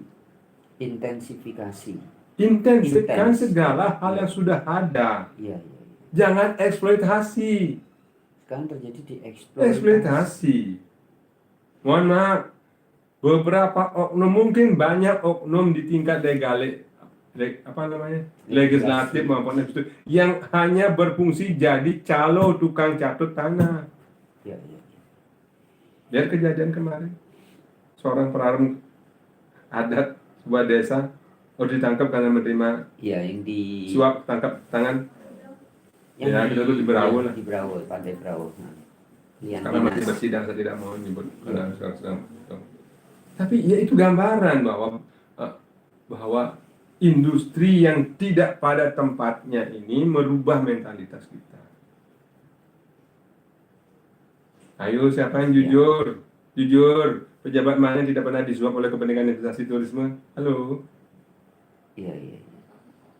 Saya di situ saya ingin kembali lagi ke kesadaran, Mas, ya. Mohon disadari, please sadar bahwa Bali ini kecil. Ya. Sumber daya alamnya terbatas. Kemudian unik karena apa? Karena agamanya, karena budayanya, karena perilaku manusianya. Dan ini menjadi mesin sekarang. Menjadi mesin yang sama sekali tidak pernah dilumasi, sehingga longgar di sana sini. Mungkin Bali ini harus turun mesin. Karena sudah sompal semua gitu. Kemarin juga COVID itu ya, 2 tahun itu sebenarnya mengerem ya. Begitu COVID selesai, langsung sekarang ini kayak lupa daratan semua, mulai semakin kacau. Andai kata Bali tidak mengambil haluan industri di dalam, tidak menjadi Pariwisata. kapitalistik oriented di dalam pariwisata, mungkin COVID tidak masalah. Mungkin tidak masalah. Karena masih ada lahan pertanian. Pertanian kan tidak kena COVID. Iya, iya. Tapi teriak semua kan. Ratu Betara ada. Sekarang sudah penuh macet, kenapa teriak-teriak juga? Iya itu. Nikmati aja roh Anda pilihan Anda ini. Anda memilih anggota legislatifnya, Anda milih gubernurnya, Anda milih DPR-nya. Iya, iya.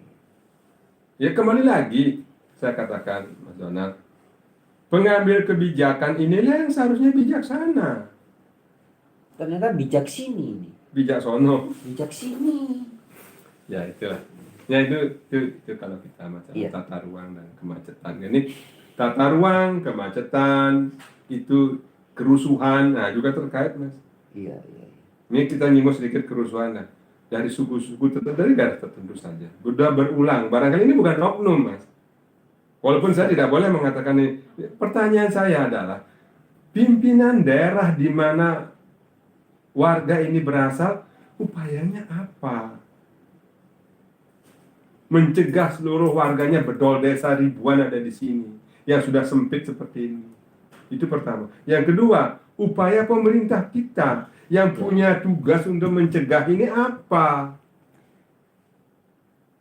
Ya, jadi, Solusi-solusi teknis dan strategis yang dilakukan apa? Pernahkah mereka misalnya berkunjung atau rapat dengan kepala daerah setempat? itu kan kembali intinya ini krisis kesadaran itu ya. Iya.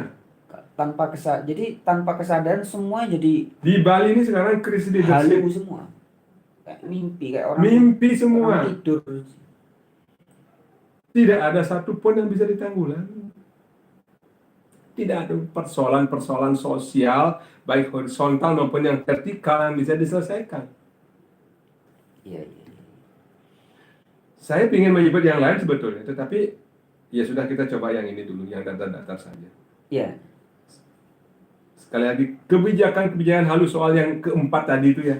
Sampah, kemacetan, tata ruang, lalu pendatang. Mohon maaf ini, karena memang kejadiannya begitu, masa berulang-ulang itu terus yang terjadi. Iya. Nggak malu. Halo Pak Gubernur yang bersangkutan, Pak Bupati yang bersangkutan, Anda nggak malu warga Anda yang bikin rusuh di negara orang, di daerah orang? Kalau saya malu. Iya, iya. Perlakuan presiden kepada daerah-daerah di Indonesia kan sama. Kenapa ekonominya tidak dibangkitkan? Kenapa di ekonomi setempat tidak dibangkitkan? Lautnya ada, tanahnya ada, Ya, betul hutannya sekali. ada gitu. Apa semua harus menjadi mesin industri pariwisata di Bali? Iya, iya, iya. Halo? Belum lagi ulah dan salah satu, mohon maaf ini yang saya sering menjadi persoalan ya. Mas Donald pernah mendengar kata family office business? Family office business ya. Wealth management consulting, di mana salah satu menteri ya, menteri tangan kanannya presiden kita, saya nggak sebut namanya, bagus, itu akan merancang hanya Bali dan IKN, hanya dua tempat di Indonesia. Bali dan IKN. Ya, Bali dan IKN untuk menjadi hub.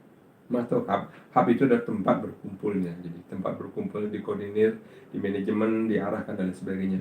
Bali mau dijadikan tempat untuk investasi dari orang-orang kaya di dunia. Oh ya? Ya. Dan itu kalau tidak salah sekarang sedang dibahas di tingkat menteri, di tingkat eksekutif, belum dibawa ke legislatif. Saya dalam hal ini tidak menolak itu, karena memang Indonesia perlu investasi. Iya. Yang perlu ditekankan, mohon maaf kepada Bapak Menteri yang punya ide ini sebagai pemerakarsa ini adalah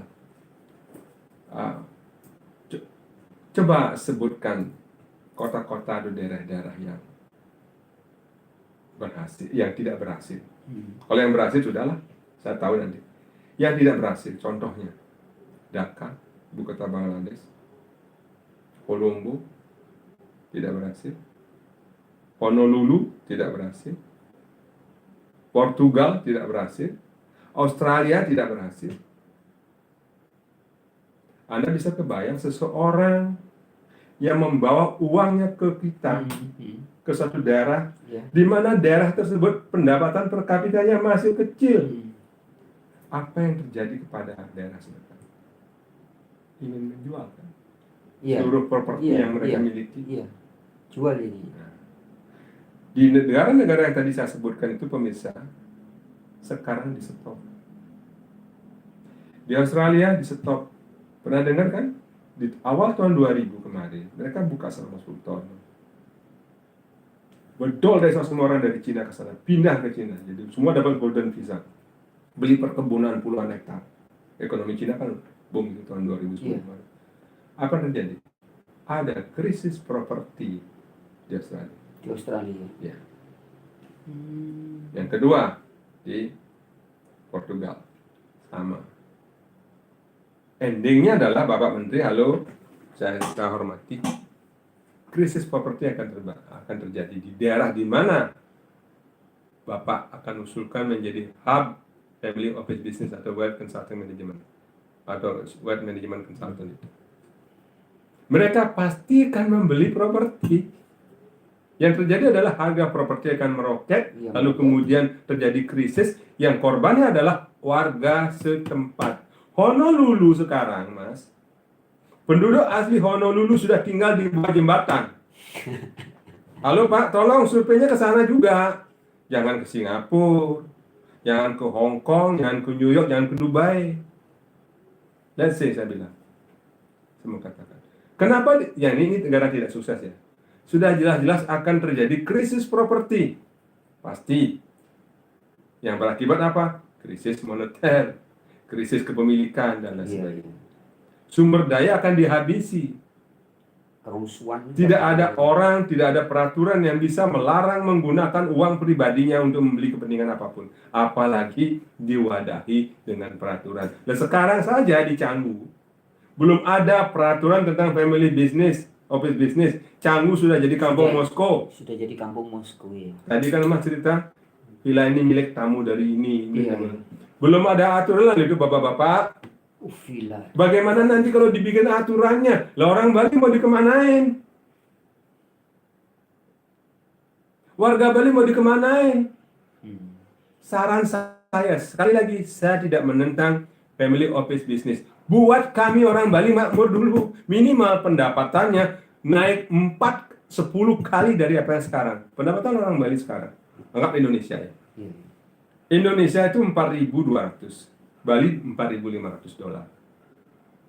Atau sekitar 70 juta per tahun. Itu pendapatan per kapita. Bandingkan dengan negara-negara yang sukses menjadi family home business hub. Singapura itu 48.000 dolar per tahun. Gila, 11 kali. 11 kali. Hong Kong 52.000 dolar setahun.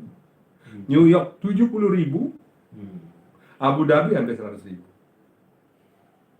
Jadi ketika ada orang mau investasi ke rumah mereka, ke halaman mereka, ke daerah mereka, mereka nggak tergiur lagi. Iya, betul. Nah sekarang Bali yang baru 70 juta, mohon maaf, menerima tamu yang bawa uang. Iya, langsung. Jangan-jangan dia tidur di emper, tamunya disuruh beli rumahnya. Iya. Dan itu yang terjadi di daerah Canggu. Nah, dan itu sudah terjadi. Sudah terjadi. Sedang terjadi. Kalau memang mau diterapkan begitu, ada caranya. Mas mau dengar dari saya? Oke. Sekarang begini. Halo Bapak Pemerintah Pusat, Bapak Presiden. Pariwisata Bali tiap tahun sudah menghasilkan 200 hingga 270 triliun per tahun sebagai devisa. Nomor 2 di luar non-migas. Bali ya? Bali. Dan itu setoran orang Bali. Dari BUMN-nya, dari pajak, apa dan sebagainya. Yang jelas, kata Pak Sandiaga Uno, Menparekraf kita, 230 hingga 270 triliun per tahun setoran orang Bali. Dari sumber mana? Dari tourism. Pariwisata. Dari eksploitasi dan pemanfaatan sumber daya alam, sumber daya budaya. Mohon maaf, tidak menyebut sumber daya. Lalu, apa yang dieksploitasi di Bali? Apa bahan bakar dari penyebab lahirnya setoran kita ke pusat sebesar 200 triliun lebih. Apa bahan bakarnya? Mas Donald bayangkan, kalau Papua itu jelas sumber daya alamnya, emas, tambah Iya. batu bara dan sebagainya. Kalau Kalimantan, sumber daya yang menyebabkan adanya devisa besar ini buat setoran ke negara, ada jelas hutan, minyak, gas dan lain sebagainya. Sulawesi juga demikian. Ada barang yang dirubah, ada gunung yang dikerok, ada hutan yang digundulin. Kami Bali menggunduli apa? Tidak ada satu pun tanah, satu sekop pun, satu karung pun tanah yang diangkut keluar. Muka kami yang menjadi modal itu semuanya. Budaya kami, adat kami, segala macam keunikan kami. Iya benar ya. Nah, kalau daerah-daerah yang saya sebut tadi seperti Papua, Kalimantan dan sebagainya berhak mendapat 10% sebagai daerah pengelolaannya, kami dapat apa? Iya betul ya. Tolong, ini mohon maaf, bapak-bapak anggota legislatif di pusat maupun di provinsi, mohon perjuangkan itu. Jangan bicara hal-hal halu, jangan bicara MRT, jangan bicara bandara, jangan bicara Iya, yang aneh-aneh. mau dibikin MRT nih di Bali. Waduh. Sekali lagi saya katakan, intensifikasi hal-hal yang telah ada. Yang sudah ada, ya yang sudah ada. Fokuskan. Penduduk Bali mah Dieksplor, bukan dieksploitasi. modal pariwisata yang bisa mendatangkan buat negara 271 triliun itu adalah ya perilaku kami ini orang Iya, Bali. benar. Jadi Muka kami, senyum kami, keramah tamahan Iya. kami, upacara-upacara unik kami yang sering dibully sama orang-orang, dibilang musyrik apa dan dibilang- sebagainya. justru itu. Loh, musyriknya loh yang menghasilkan triliunan ratusan triliun loh ke pusat. Musik. Ini mohon maaf saya agak tinggi karena tadi menyinggung masalah itu. Harus gitu. Harus jelas nih, harus tegas. Mohon maaf, Sinampura. Saya ingin mewakili kehendak. Saya baru-baru ini, anak muda, baru tamat SMK pariwisata. Ada 3 orang saya temui, parkir di depan rumah saya. Saya tanya, kamu ngapain di sini? Ngantar tamu, Pak. 10 hari berikutnya, ngantar tamu. Asalmu dari mana? Dia nyebut daerah tertentu. Nah, kamu nggak ingin kerja tempat lain? Ya ini aja. Jadi, yang tadi orang Bali didomestikasi oleh beras, oleh hewan, mengelola kebunnya, sekarang didomestikasi oleh tamu dan jadi sopirnya. Hanya itu peluang kerja yang dilihat oleh orang Bali sekarang. Bagaimana dengan orang yang akan dilandasi, dipayungi oleh hukum tentang bisnis, family business ini? Jadi ini kebolak-balik, nggak karu-karuan. Iya, makanya saya nyebut tadi. Mau dianggap tamu tuh datang karena tertarik dengan kita. Loh, kok kita malah jadi babunya, jadi sopirnya. That's what happened now. Kebolak-balik. That's what happened now. Mohon maaf sekali lagi, saya tidak merendahkan. Anda harus seperti itu mungkin karena kesalahan kebijakan para pemimpin di daerah ini dan negeri ini. Mari kita rubah. Kalau memang mau diskusi lebih panjang, mari, saya siap. Bagaimana cara merubahnya? Oke, jadi ini bagus sekali teman-teman ya. Yang kita perbincangkan ini hal-hal yang nyata ya. Jadi bukan halu. Di kedepannya mudah-mudahan Pak Jero Gede Panji ini punya waktu Pak ya. Kita bisa mungkin seminggu sekali ya. Kita bincang-bincang seperti ini. Enggak masalah. Anytime saya siap. Oke. Saya sudah pensiun dari segala kegiatan. Jadi mangku ya? Artinya bukan jadi mangku, itu panggilan. Panggilan ya, panggilan. Saya juga tidak mengerti kenapa saya harus seperti ini gitu. Dulu saya orang tidak kenal siang malam. Jadi saya pernah bekerja di Singapura, saya pernah kerja di Inggris, saya pernah sekolah di luar juga. Artinya ketika usia saya sebelum 50 saya memang tidak kenal siang malam. Dan memang seharusnya jadi begini karena saya di kampung tidak ada siapapun, orang tua saya sudah tidak ada, beliau sudah almarhum. Jadi itu, dan saya mohon maaf bukan pemangku dalam arti yang saya ngerti mantra dan sebagainya. Saya cuma menjalani karma saya, bukan karma itu menjadi swadharma saya. Jadi belajar mencoba menyadari hal-hal yang apa yang mesti kita lakukan demi ya, generasi kita berikutnya Iya, iya. agar Bali lebih baik. Itu aja tujuannya, itu aja. Oke, jadi kita akan lanjut nanti di perbincangan-perbincangan berikutnya ya. Mungkin minggu depan atau di waktu-waktu yang Pak Jero Gede Panji ada waktu kita bisa. Monggo. Saya siap. Kita sapa dulu ya Pak Jero. Ada banyak komentar nih. Monggo. Ada Pak Samsul Bahri, Rahayu Sagung Dumadi. Semoga semua makhluk berbahagia. Disapa nih Pak Samsul Bahri. Rahayu Pak Jero Gede Panji katanya. Rayu. Ya, oke. Yeyen Aprianto, selamat sore Om Frans. Oke, selamat sore. Ada juga Cafe Kristen Channel. Shalom wartawan ya, shalom juga. Junedi. Hadir Mas, salam Nusantara. Cafe Kristen. TPA Suwung tingginya sudah seperti gunung dan polusi udaranya Tepatnya sangat 23 mengganggu. meter, Mas. Tingginya 23 meter ya. Terakhir saya ke sana itu bulan Februari. Jadi satu Ini hari dia bilang, sebelum saya berjualan. kalau habis hujan, baunya kemana-mana. Iya. Itu, kalau kita lewat di metan bypass itu metan. baunya ngeri. CH4. Itu CH4 Iya, ya. dan itu bahan bakar. CH4 deh, ini bisa meledak. Rumusnya ya. CH4, karbon heksagonal hidrogen.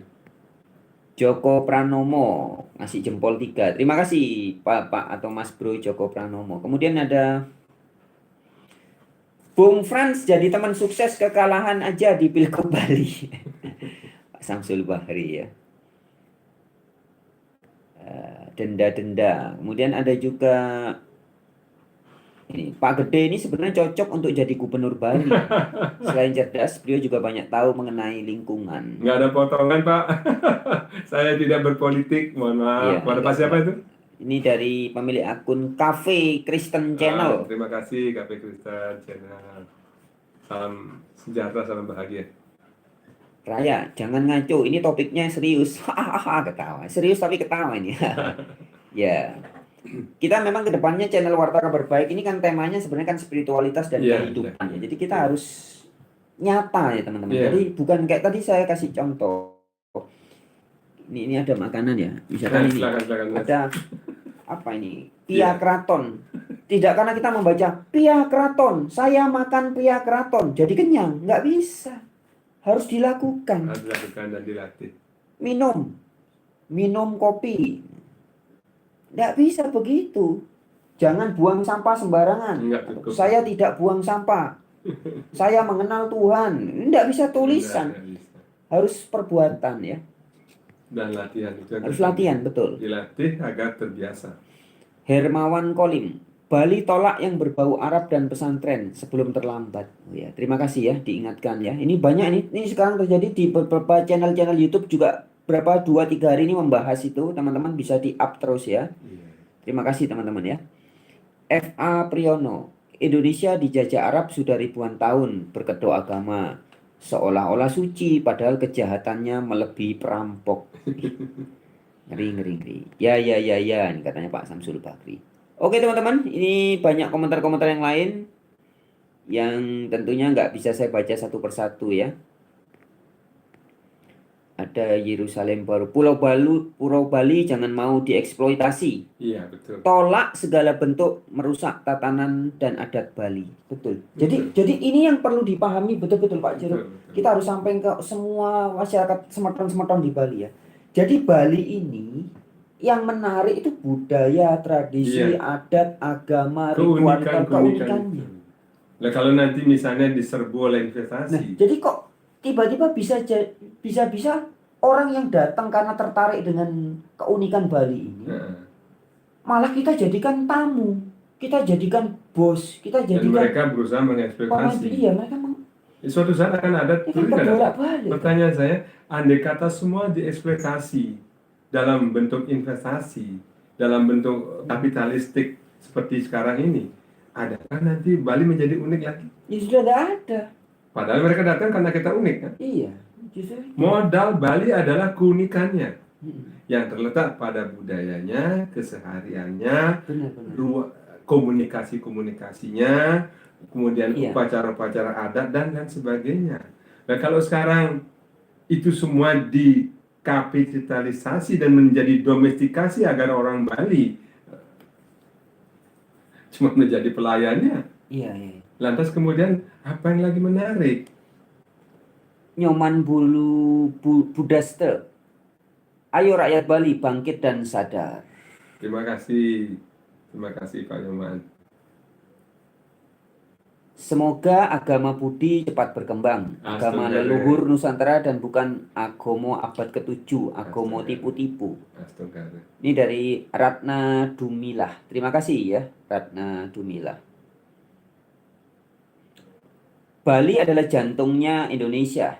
Bila Bali kacau, semua berdampak. Nah, ini komentar dari Yerusalem Baru.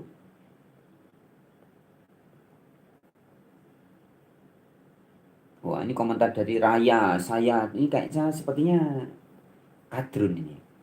Bali jaga tubuh, jangan bebas buka aurat.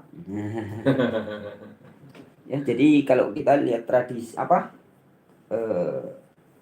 Bali Tempo dulu ya, teman-teman bisa buka di channel YouTube ada membahas Bali Tempo dulu. Itu memang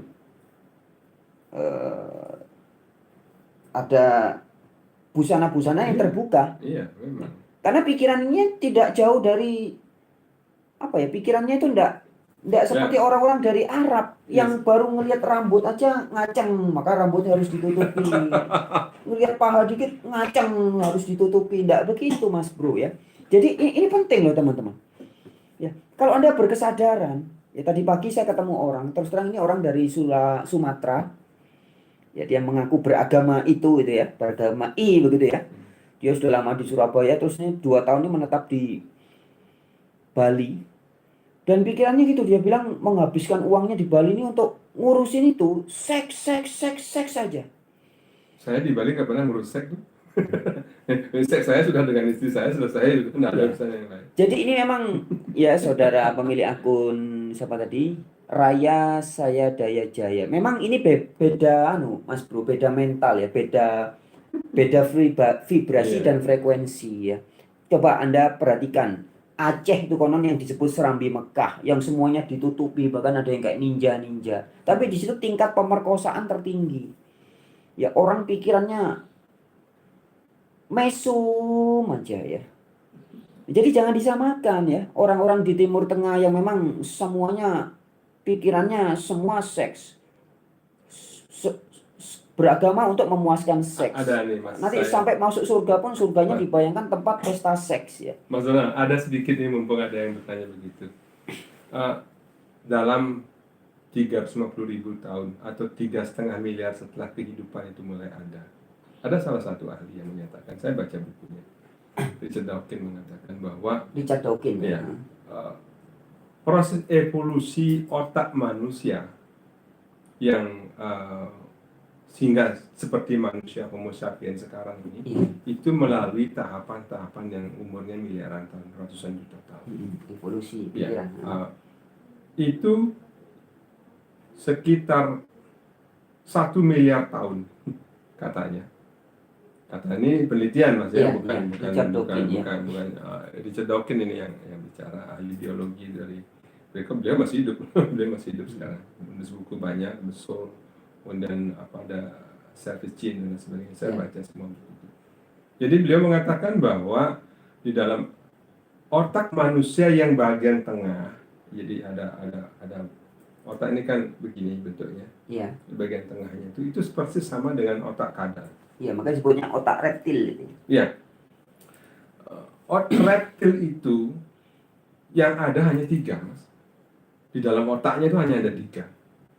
Makan, ngesek, dan berantem. Makan, ngewek, dan berantem. Sekarang kita lihat siapa yang suka gitu. kalau sekarang isinya berantem aja, lalu kemudian makan aja, dan kemudian ngesek aja, ya berarti masih kadal.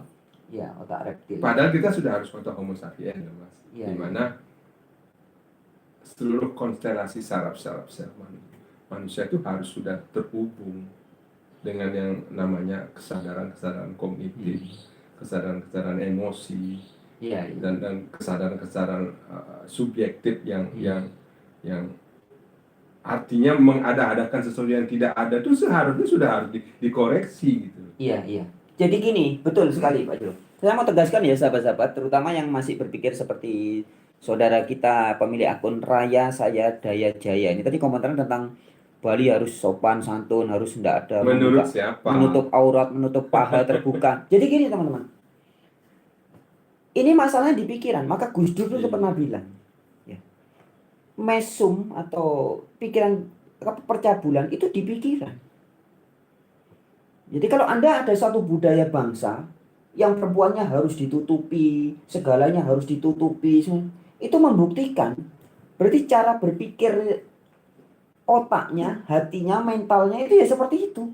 Mas tahu? Tapi jangan samakan kelompok lain, budaya negara lain yang tidak ada mikir ke situ. Orang melihat pantat, kalau Anda pergi ke Kuta, orang ke pantai, orang melihat pantat biasa aja, ngelihat paha biasa aja, kita nggak mikir aneh-aneh. Sama sekali nggak mikir aneh-aneh, biasa banget. Tingkat perkosaan juga di Bali Ya. rendah sekali. Di Bali tingkat perkosaan mungkin paling rendah di Indonesia. Hampir di Bali. nol. Hampir nol. Ya. Itu pun kalau ada pemerkosaan mungkin ya, maaf ya. Kebanyakan ya orang-orang dari luar Bali yang ngacengan-ngacengan itu. Ya. Menghayal aja kan. Jadi ini fakta teman-teman ya. Kenapa di suatu tempat dikirimi nabi atau pemberi peringatan? Berarti tempat itu nggak beres. Kenapa di suatu desa misalkan dikirimi dokter, dikirimi perawat? Berarti kan banyak penyakit. Iya. Jangan bangga. Kenapa di suatu wilayah dia harus muncul kebijakan yang harus perempuannya ditutupi, perempuan ditutupi? Berarti mentalnya orang sana itu ya itu tadi. Pikirannya mesum terus. Iya. Buktinya pesantren-pesantren, tidak semua ya, tapi banyak kan kasus begitu. Santriwatinya sudah ditutupi, diperkosa, dihamili. Itu ada berapa banyak? Bukan kalau dibilang oknum kok banyak. Iya. Ini faktanya seperti itu teman-teman. Ya. Betul. Oke Pak Jero Gede Panji, mungkin perbincangan kita pada saat ini kita akan sambung, mudah-mudahan alam semesta mengizinkan di waktu kemudian ya. Terima kasih. Kapan Pak Jero Panji ada waktu nanti bisa kontak saya. Kita lanjut, ini perbincangan kita banyak banget ini Ya, teman-teman, banyak topik. mungkin gini, saya hampir tidak ada kegiatan-kegiatan ekstra, Mas. Ya. Jadi artinya mungkin 2 hari sekali atau 3 hari sekali, seminggu sekali. Nanti pemirsa bosan lihat kami. 2 hari sekali lah kita bahas hal seminggu sekali gitu ya. Yang sedang isu-isu yang sedang hangat. Oh ya, siap. Mungkin minggu depan kita bahas tentang public transportasi. Public transportasi, oke. Dan entah itu transportasi darat, laut maupun udara. Iya. Is that necessary? Apakah ini penting? Apakah ini diperlukan? Di Bali sudah harus merevolusi apa? Ataukah memang cukup? Karena saya punya datanya. Jadi sebelum saya mengemukakan sesuatu, pemirsa, saya pantang tidak memakai data. Ini namanya ilmu kasunyatan teman. Jadi ngomong itu ada barangnya. Dan saya lakoni. Jadi hal jalan di Denpasar, Badung ini yang paling macet itu kan Jalan Imam Bonjol. Ya. Oh iya, tadi saya lewat Imam. Tadi saya jalan dari jam berapa? Di jam 3:30. Ini salah satu contoh. Sampai sini tadi lama sekali. Hampir 1 jam. Itu bagaimana tentang kemacetan itu, apa sebetulnya, apakah penyebabnya karena apa, di mana, berapa, kenapa, itu harus kita bahas. Mungkin next session kita akan bahas masalah itu, karena ini semua orang berdalih, semua orang berpikir bahwa kemacetan ini, dan bahkan tidak sedikit pejabat yang mengatakan kemacetan ini karena turis. Halo, turis tidak pernah bikin macet. Yang bikin macet di lampu merah, yang bikin macet di jalan-jalan itu ya orang kita, warga kita, warga Bali dan warga yang pendatang yang berdomisili di Bali. Iya. Lalu kemudian nanti kita bahas lah. Saya punya datanya semua dan saya pernah ikut dalam proyek-proyek besar. MRT di Singapura tahun 90, tahun 98 saya sudah terlibat, saya sudah ikut. Menangani sampah di Tuas saya pernah, membangun pulau Semakau saya juga ikut. Jadi ya mari kita sharing masalah ini supaya warga Bali yang saya hormati dan saya kagumi paham mana kebijakan dari pemimpin yang halu, mana kebijakan yang memang betul-betul berdasar atas kajian ilmiah dan intelektual. Jadi harus bisa bedakan. Jangan salah pilih. 5 tahun nanti Anda menderita lagi. Betul, betul. Terima kasih. Oke, kita ucapkan salam penutup dulu ya teman-teman. Terima kasih teman-teman. Seperti biasa, jika teman-teman merasa video ini baik, silakan bagikan kepada sanak, family, Tidak sahabat, bermaksud anggota. apa-apa. Ya, Kami hanya mau ngobrol dari Iya. hati ke hati, dari pikiran ke pikiran dengan niat agar Bali lebih baik. sip. Itu saja. Astungkara. Astagfirullah. Terima kasih. Om Santi Santi Santi. Rahayu, rahayu, rahayu. Rahayu. Salam. Banyak juga ya?